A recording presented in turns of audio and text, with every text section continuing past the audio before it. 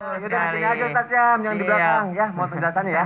Sampai guruku Ustaz Maulana Habib Usman Masoni Betul, serta Ustaz. guru-guru kami yang dimuliakan Allah Subhanahu wa taala. Adab selanjutnya, adab nomor 4 yang dirangkum oleh tim Islam itu Indah. Insya Allah memberikan kita pengingat kembali bahwa ternyata nasihat itu artinya menginginkan kebaikan. Jadi kalau kita menasehati kawan kita, menasehati orang lain, berarti kita menginginkan kebaikan padanya. Sesuatu yang kita inginkan kebaikan, yakni kebaikan itu pada orang lain, bukan kebaikan pada diri kita. Karena ternyata banyak di antara kita yang berdakwah, yakni menasehati orang lain tanpa bermaksud menggurui. Ini juga pelajaran buat kami pribadi.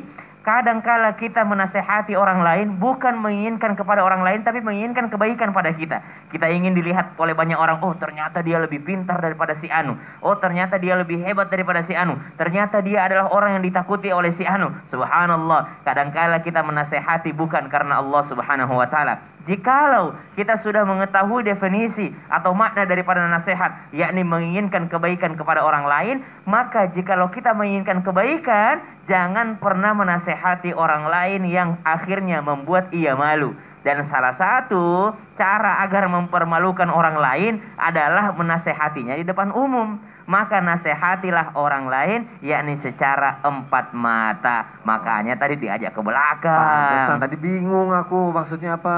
Kalau mau nasehatin itu di tempat tersembunyi gitu. Oh biar orang nggak tahu. Iya, makanya kita ke belakang nggak pakai mic juga, karena ada orang disembunyi tapi pakai mic. Sama aja bohong. Kedengeran juga. Suaranya juga gede gitu ya. Emang ke belakang tapi suaranya tetap gede. Maka subhanallah, nasihatilah orang lain secara empat mata atau tidak secara umum. Kemudian Imam Syafi'i pernah mengingatkan bahwasanya jangan salahkan aku jikalau aku tidak mendengarkanmu ketika engkau mengingatkanku depan umum, karena aku tahu, aku merasa bahwa jikalau engkau mengingatkanku depan umum, engkau bukan malah menasihati aku, engkau bukan menginginkan kebaikan pada diriku, tapi itu adalah kebaikan untuk dirimu, supaya engkau dilihat oleh orang lain bahwa engkau lebih hebat daripada diriku. Maka nasihatilah aku ketika aku sendiri, jangan engkau nasihati aku ketika aku berada di tempat yang ramai, agar engkau mampu untuk mempermalukan aku. Maka yang pertama, bagaimana agar kita tidak menasehati orang di tempat umum? Satu, niatkan nasihat itu karena Allah Subhanahu wa taala. Aku mencintaimu karena Allah, aku menginginkan kebaikan padamu karena Allah Subhanahu wa taala. Maka dengarkan wahai saudaraku,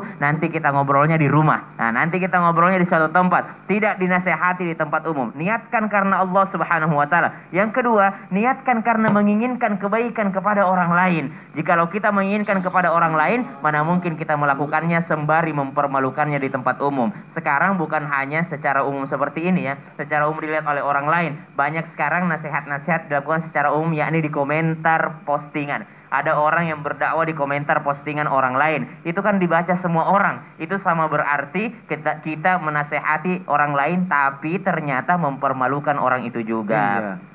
Makanya yang ketiga, ada juga adab menasehati, yakni kepada penguasa. Kepada penguasa pun kita tidak boleh yakni memberikan sesuatu yang ini secara terang-terangan sehingga mempermalukan. Aku mau nanya.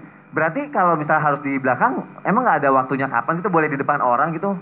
Apa harus nunggu waktu dulu atau gimana sih? Ada yang boleh menegur di depan banyak orang. Apa? Karena kan nggak mungkin di belakang orang terus kan? Memberikan contoh. Memberikan contoh kepada orang lain. Anak-anak, ini adalah sesuatu yang tidak boleh kita lakukan. Ya. Tapi tetap niatnya karena Allah Subhanahu wa taala, dan niatnya untuk yakni menginginkan kebaikan kepada orang lain tersebut. Karena kita nggak pernah tahu di mana orang itu bisa menjadi malu. Oh benar, berarti aku paham nih. Karena kita menegur itu niatnya supaya orang itu lebih baik, bukan kita terlihat baik, makanya jangan di depan orang gitu ya.